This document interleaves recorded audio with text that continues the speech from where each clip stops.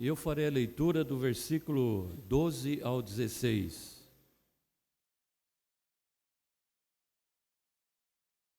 Filipenses 2, 12 a 16.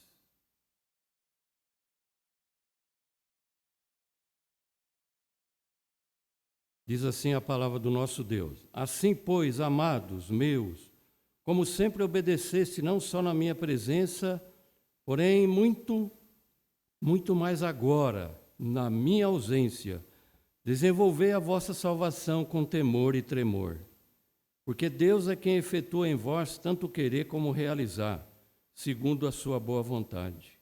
Fazei tudo sem murmurações, nem contendas, para que vos torneis irrepreensíveis e sinceros filhos de Deus, e inculpáveis no meio de uma geração pervertida e corrupta, na qual resplandecei como luzeiros no mundo, preservando a palavra da vida, para que no dia de Cristo eu me glorie de que não corri em vão, nem me esforcei inutilmente. Senhor, ó Pai amado, querido Deus, Senhor da igreja, pedimos, ó Deus, que através do Teu Espírito ilumine as nossas mentes e também, ó Deus, aplique a Tua palavra ao Teu povo aqui presente, como nós cantamos, o Teu povo aqui presente. Por isso, Senhor, nos dê o auxílio do Teu Espírito nessa hora, para que nós tenhamos toda a concentração necessária. Coração contrito, aberto para a Tua palavra. Nós oramos em nome de Jesus. Amém. Irmãos, nós estamos no mês da família, um mês que nós, como igreja reformada, valorizamos muito a família. Porque nós entendemos que ela é a instituição maravilhosa que Deus criou para o bem da sociedade. Não é bem aquilo que, de modo geral, nós estamos vendo. Porque, irmãos, nós estamos carecendo de exemplos na sociedade para a nossa vida. Se buscarmos exemplos na sociedade para a nossa vida, família, é como buscar uma agulha no palheiro. Nós não encontramos. O exemplo que nós encontramos para as nossas famílias é aquele exemplo que nós tivemos alguns dias atrás, dessa cantora que veio no Rio de Janeiro. Aquele é o exemplo que o mundo passa para as nossas famílias, os nossos filhos, que não tem nada de proveito, não é? Nada de substancial. Muito pelo contrário, é realmente perversão, iniquidade, licenciosidade. É o pecado que está aflorando cada dia diante de nós. Então não há exemplo. A gente busca nas autoridades, nós não temos exemplo. Pelo menos exemplo positivo, nós temos exemplo negativo. Então está realmente difícil encontrar para nós algum exemplo em que nós podemos pautar a nossa vida. Portanto, se não há exemplo, nós temos que ser o exemplo. Nós temos que ser o exemplo para a sociedade. E como é que nós, irmãos, poderemos ser exemplo? Porque nós não podemos ignorar o fato de que nós somos pecadores. Nós somos maus. O Senhor Jesus fala isso lá em Mateus.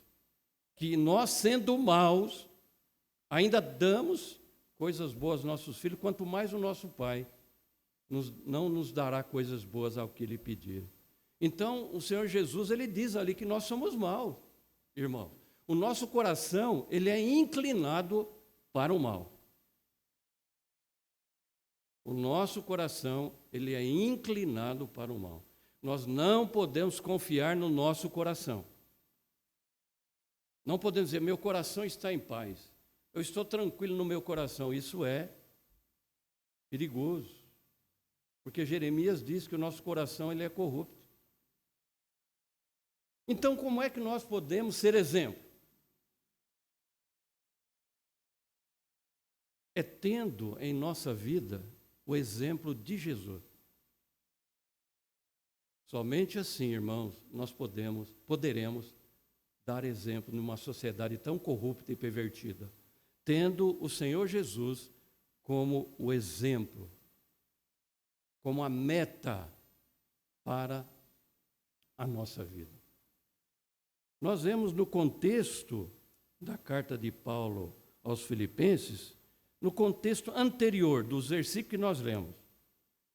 O apóstolo Paulo, ele descreve aqui o exemplo da humilhação do Senhor Jesus. Ao vir a este mundo, se fazer carne, ser reconhecido como figura humana, ser fiel até a morte e morte de cruz. Ele, dos versículos 5 até o versículo de número 11, ele descreve o exemplo de Jesus, que sendo rico se fez pobre, por amor de nós. Estando no céu, veio até a terra, se humilhou. Ele dá esse exemplo no contexto anterior, para então agora se dirigir à igreja. Veja que, em primeiro lugar, ele coloca o exemplo de Jesus. E agora, do versículo 12 em diante, ele se dirige à igreja. Porque em todas as épocas, a igreja sempre foi colocada aqui nesta terra para ser o exemplo para a sociedade. E, portanto, o apóstolo Paulo, ele no versículo de número 12, ele vem então se dirigir à igreja. E ele começa: assim, pois, amados. Quer dizer, assim, pois. Aqui há uma ligação com o contexto anterior. Ele narra o exemplo de Jesus, da sua fidelidade, bondade e humilhação e obediência. E agora, então, ele se dirige à igreja, a nós, e diz: assim, pois. Assim, pois. Amados meus, como sempre obedeceste, não só na minha presença, porém muito mais agora na minha ausência, desenvolvei a vossa salvação com temor e tremor. Versículo 13. Porque Deus é quem efetua em vós tanto querer como realizar, segundo a sua boa vontade. Então, nesses dois versículos, 12 e 13, nós vemos a soberania de Deus e a responsabilidade do homem em uma harmonia maravilhosa. Se por um lado ele diz que nós devemos obedecer, se por um lado ele diz que nós devemos desenvolver a nossa salvação, por outro lado, no versículo 13, ele diz: porque é Deus que efetua em vós tanto querer como realizar segundo a sua boa vontade. Em primeiro lugar, eles deveriam desenvolver a salvação. Isto é, responsabilidade nossa, que Deus coloca nas nossas vidas. O apóstolo Paulo ele adverte aqui a igreja que cumpra as suas obrigações diante de Deus. Ele exorta nesse sentido. E ele, então, ele coloca a obediência de Jesus como um padrão para a nossa obediência. Então, amados, se nós não temos exemplo na sociedade, nós temos um exemplo maravilhoso, que é Jesus, para pautar a nossa vida e viver de modo digno do Senhor, tendo Jesus como paradigma da nossa vida, para salgar essa terra tão corrompida. O apóstolo Paulo ele apela aqui para a praticidade da vida. A praticidade da vida. Agir de acordo com aquilo que aprendeu da palavra de Deus. Agir de acordo com o conhecimento adquirido.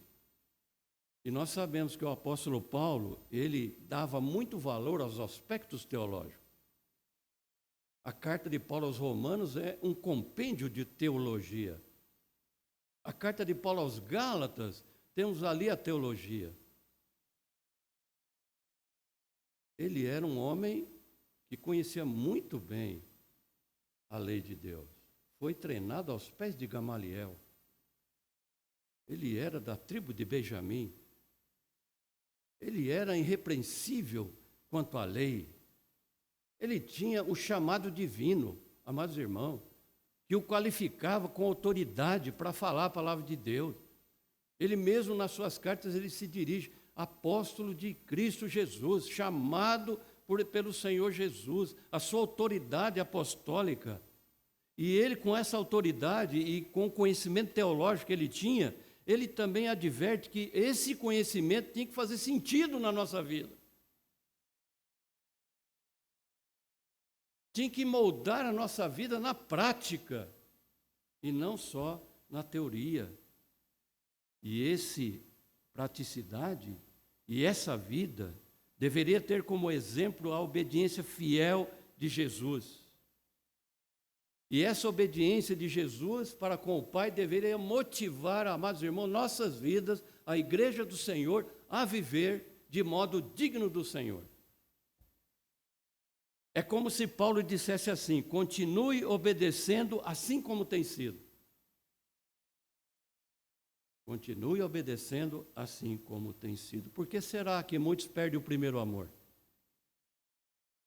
Inicia a vida cristã em um grande fervor, em uma grande alegria, faz a sua pública profissão de fé, então naquele momento de tanta alegria, o seu coração bate no peito, acelerado, né? E ele tem então aquele fervor no seu coração, mas com os anos, com o passar dos anos, o primeiro amor vai se arrefecendo, porque, amados irmãos, não deveria ser assim.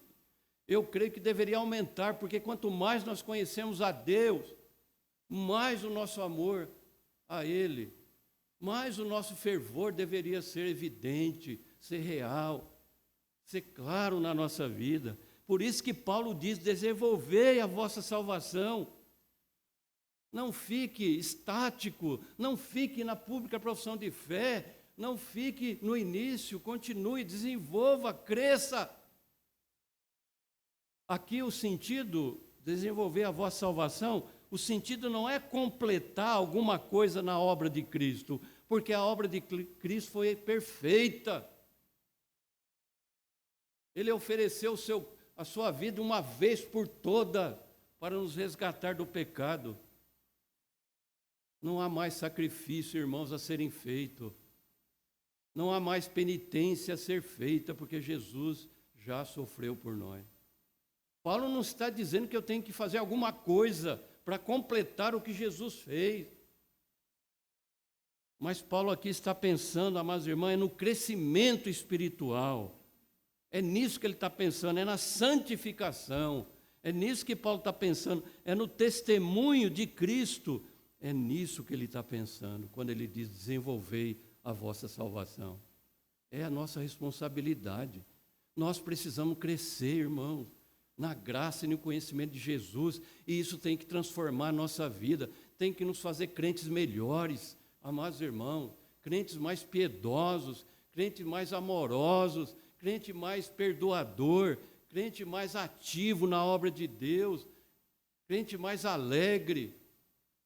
Tem que acontecer isso com a gente, porque esse Jesus que nos salvou é a água da vida. Do seu interior fluirão águas vivas. O Senhor Jesus tem dito que água tem saído de nós, amados irmãos.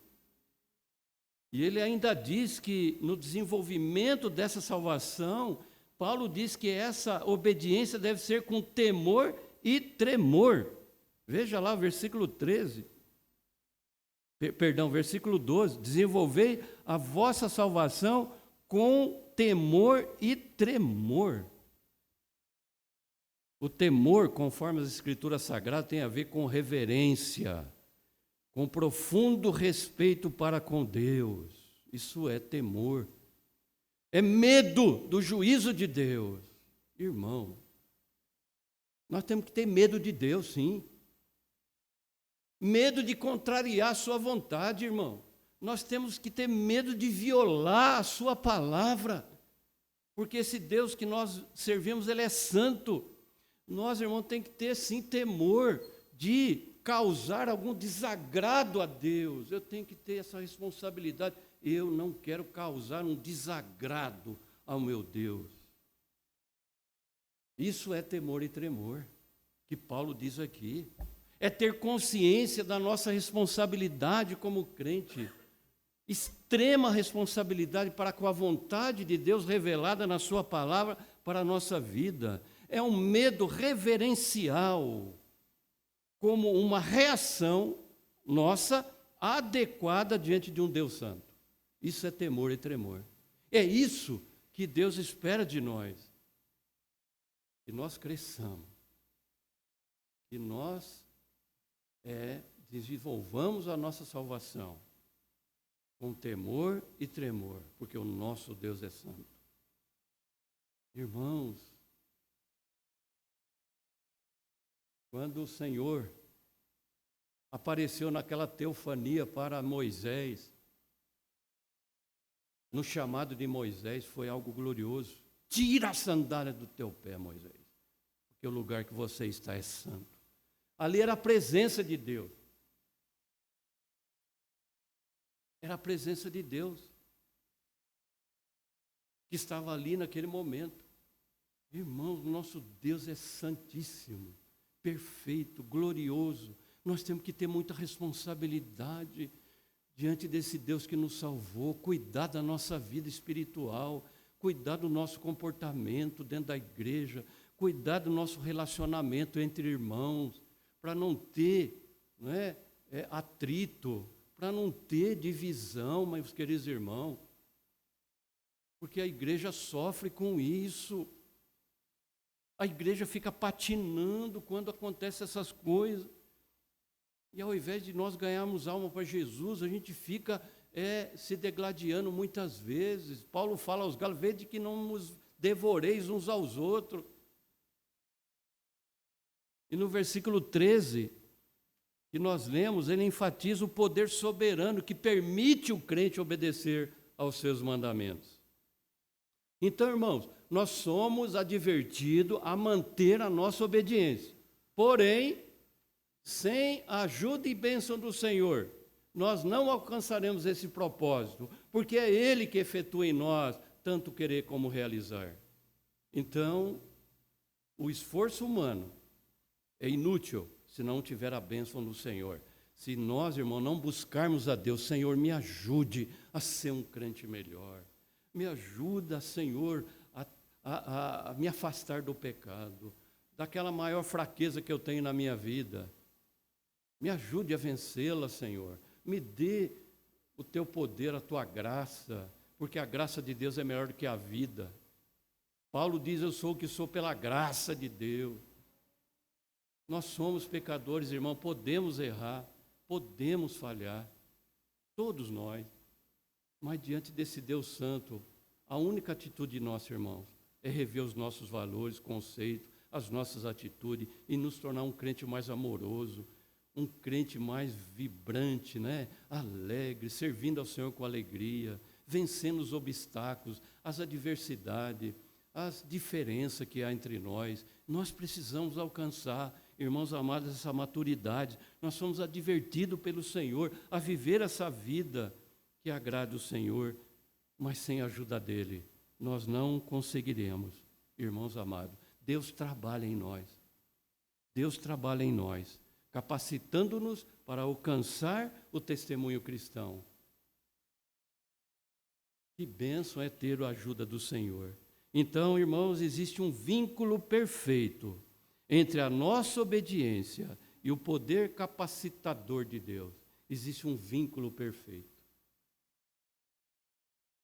Que coisa gloriosa. Se por um lado somos advertidos, o mesmo Deus que nos adverte é o Deus que capacita. E por isso, irmão, nós não podemos desistir da caminhada da carreira cristã. Não podemos. Não é um pecado aqui acolá, uma dificuldade ali acolá que vai nos arrefecer. Não deve acontecer isso. Porque o Deus que nós servimos é o Deus que sempre está conosco, que não nos deixa. Então sigamos, irmão, desenvolvendo a nossa salvação. Continue, querido irmão, desenvolvendo, conhecendo e vivendo isso na prática. Servindo lá na comissão, lá na sociedade interna, lá, não é?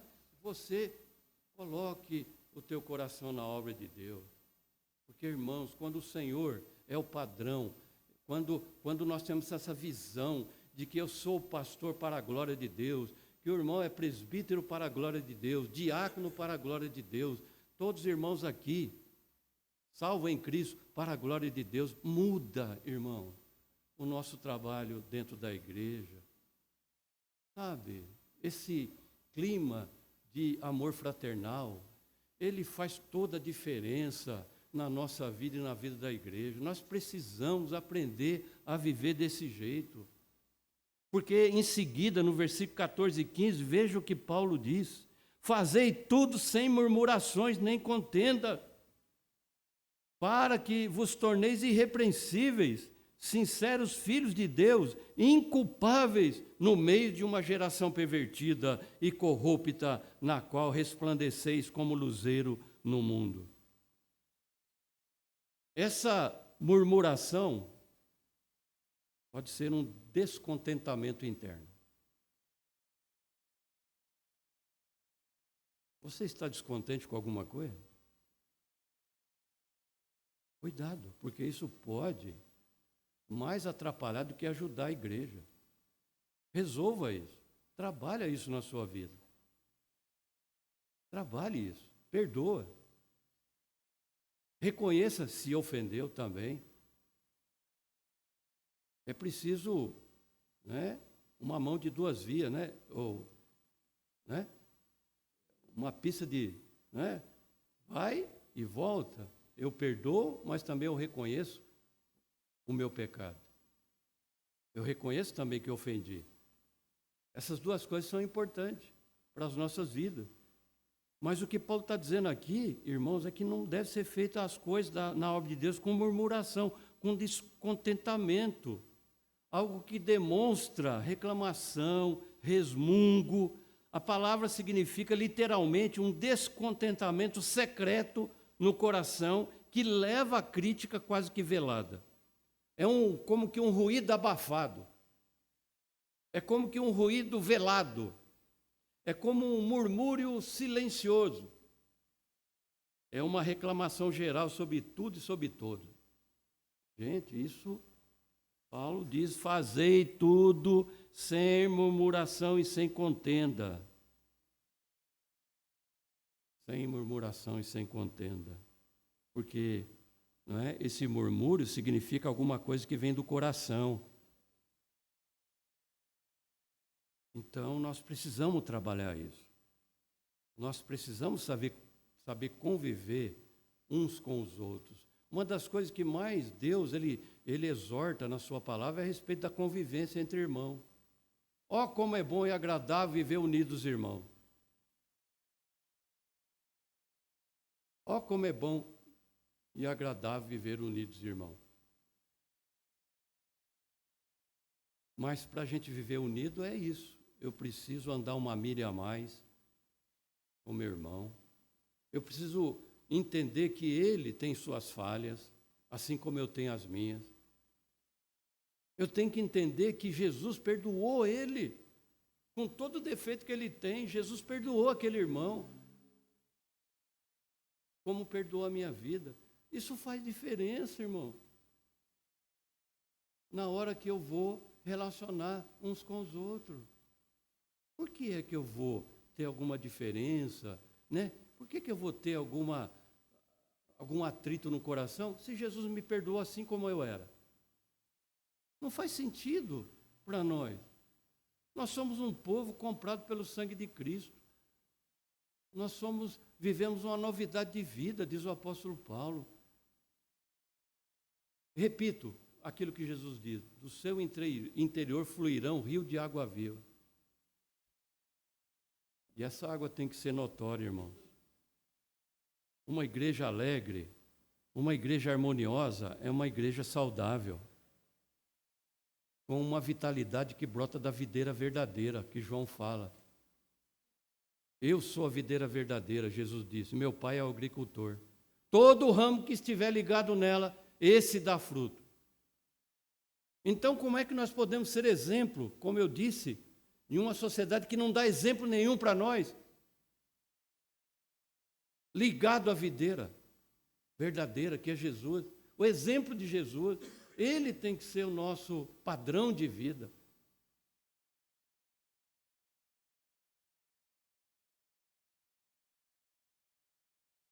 Paulo deseja que a igreja viva de um modo que ninguém possa apontar o dedo para qualquer acusação, porque ele fala, né?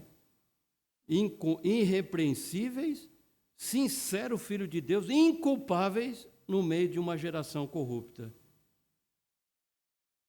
no qual resplandecei como luzeiros no mundo. Aí nós lembramos lá de Mateus, o Sermão do Monte. Vós sois a luz do mundo. Não se acende a candeia para ficar escondido debaixo do alqueire, mas coloca ela no velador e ela alumia todo o que passa. Isso o Senhor está comparando eu e você, como aquela luz que está no candeeiro, brilhando a todos que passam. Paulo está ensinando que os crentes devem ser incontaminados. Portanto, não serem acusados de críticas justificáveis. Porque crítica nós vamos receber. De qualquer jeito nós vamos receber crítica. Basta ser crente para ser criticado. O que não pode é haver críticas justificáveis. Isso é que nós temos que lutar para não acontecer, embora a gente esteja no meio de uma geração pervertida. E quando nós vemos, irmãos, como eu vi, crente compartilhando nas mídias sociais a Madonna e curtindo o que ela fez, realmente é triste. Realmente é triste. E ver pessoas que se declaram crente compartilhando e curtindo aquilo que os irmãos ouviram que aconteceu no Rio de Janeiro. Que luz é essa? Já apagou faz tempo. Já apagou faz tempo, irmão. Eu não posso ser cúmplice das obras infrutíferas das trevas. Eu não posso ser cúmplice. Porque Paulo, no versículo 16, ele diz que nós devemos preservar a palavra. Preservando a palavra da vida. Como é que eu vou preservar a palavra agindo desse jeito? Para que no dia de Cristo, aqui é a volta de Jesus, dia de Cristo aqui que Paulo se refere. Para que quando Jesus voltar, podemos assim dizer, eu me glorie de que não corri em vão, nem me esforcei inutilmente. A ideia aqui é apegar-se à palavra de Deus. Quando ele fala preservando, não é no sentido de que a palavra depende de mim para ela se manter. Nunca dependeu do homem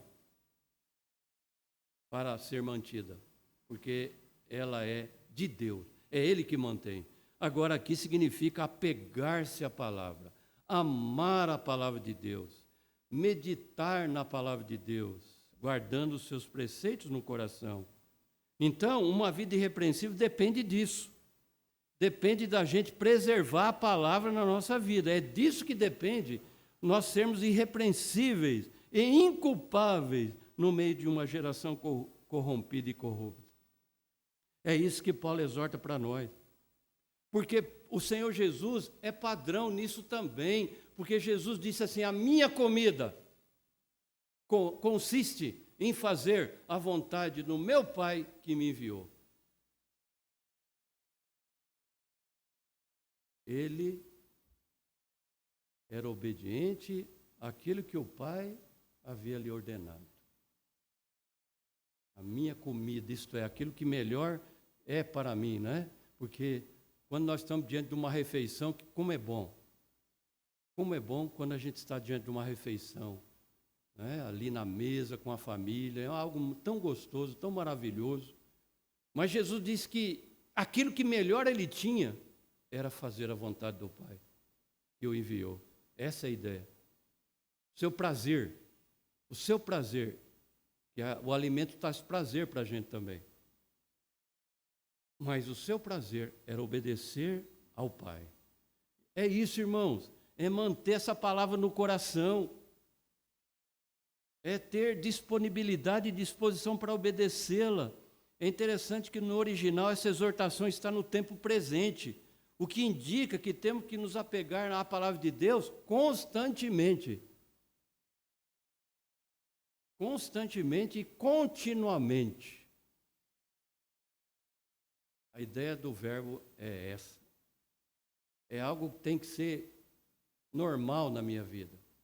É algo que tem que ser o meu dia a dia. Ainda que eu ande pelo vale, essa palavra tem que fazer a diferença na minha vida. Irmãos amados, quando eu for contrariado, irmão, quando nós somos contrariados, e nós somos, essa palavra tem que fazer diferença. Quando alguém machucar a nossa vida, irmãos, e isso acontece, eu já fui machucado várias vezes, mas a gente tem que perdoar. A gente tem que fazer valer aquilo que a gente crê. Não tem sentido, irmão, a gente declarar uma coisa e quando for necessário cumprir aquilo, a gente não ser realista, não ser real na minha vida e na nossa vida. Porque Jesus, Ele morreu sendo nós ainda pecadores. Irmãos, pensa nisso. Ele não esperou você ser certinho. Ele não esperou você corrigir. Ele não esperou você ser perfeito. Porque Ele diz que os sãos não precisam de médico, e sim os doentes. E nós somos pecadores. E é nós que precisamos de remédio. E o remédio é Jesus. O remédio é Jesus. Pensa nisso. Na carreira da sua vida cristã. Faça, irmãos amados, uma introspecção agora, irmão. Visita o teu coração. Visita o teu coração. Veja lá como é que ele está. Faça como o salmista. Senhor, vê se há em mim algum caminho mau e guia-me pelo caminho eterno.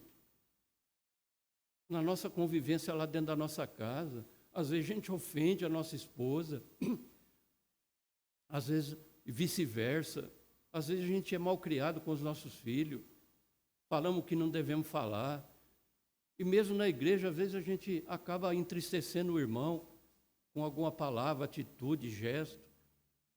Mas é preciso colocar isso que nós cremos em prática. É agora, irmão. É agora. É agora que você tem que mostrar para que você veio, né? Agora é a hora de você mostrar por que você é crente. É nesse desafio que está diante de nós, do teu coração. É assim que Deus, através do Espírito Santo, vai transformar o nosso caráter cristão para ser semelhante ao do Senhor Jesus. Que Deus tenha misericórdia, irmãos, de nossa vida. Que Deus olhe para nós com misericórdia e piedade. Que Ele toque no nosso coração, quebrante o nosso coração. A gente canta, não é, amados? Recebi um novo coração do Pai, coração regenerado, coração inspirado no Senhor Jesus. Irmãos, para cantar esse cântico precisa, né? Já pensou? Recebi um novo coração do Pai, coração regenerado, irmãos. Mostre isso na prática, mostremos isso na prática, que o meu coração foi transformado pelo Senhor Jesus. Mas, repito, que Ele nos ajude, que Ele nos perdoe, que Ele nos capacite, que Ele nos motive, porque é Ele que efetua em nós, irmão. Se você conseguir perdoar o teu irmão, se você conseguir trabalhar na obra de Deus com alegria, não murmurar, não reclamar, saiba que Deus te ajudou. Dê glórias a Ele. Dê glórias a Ele. Agradeça a Ele, porque Ele está operando na tua vida. Que Deus nos abençoe, irmãos, em nome de Jesus.